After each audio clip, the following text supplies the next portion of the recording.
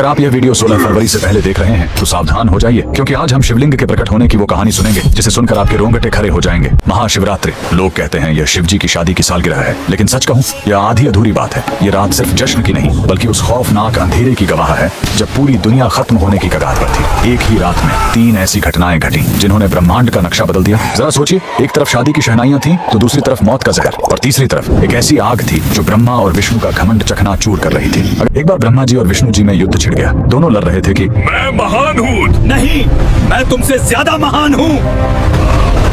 उनका यह घमंड जब दुनिया का संतुलन बिगाड़ने लगा, तब अचानक उनके बीच एक विशाल अनंत अग्नि स्तंभ प्रकट हुआ। वह आग का एक ऐसा खंभा था जिसका न कोई शुरुआत था न अंत। उस स्तंभ से एक भारी आवाज आई, जो मेरे आखिरी सिरे को खोज लेगा वही महान होगा।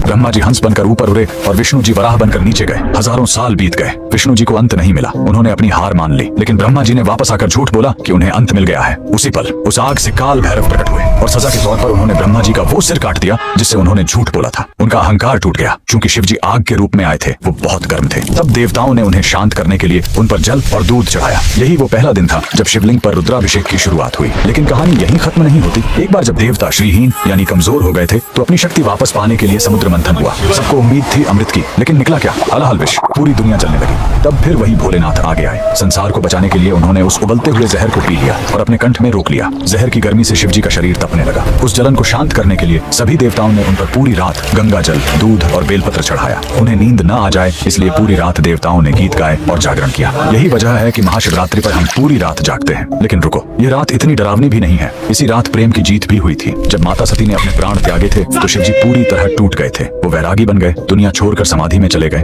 तब माता सती ने पार्वती के रूप में जन्म लिया। उन्होंने हजारों साल तक कठोर तपस्या की सिर्फ अपने शिव को वापस पाने के लिए। आखिरकार भोलेनाथ पिघले। इसी महाशिवरात्रि की रात वो वैरागी फिर से दूल्हा बना और शिव शक्ति का मिलन हुआ। तो इस 16 फरवरी जब आप शिवलिंग पर लोटा भर जल चढ़ाएं तो याद रखिएगा, आप उस आग को शांत कर रहे हैं और उस जहर के दर्द को कम कर रहे हैं। कमेंट में लिखें हर हर महादेव।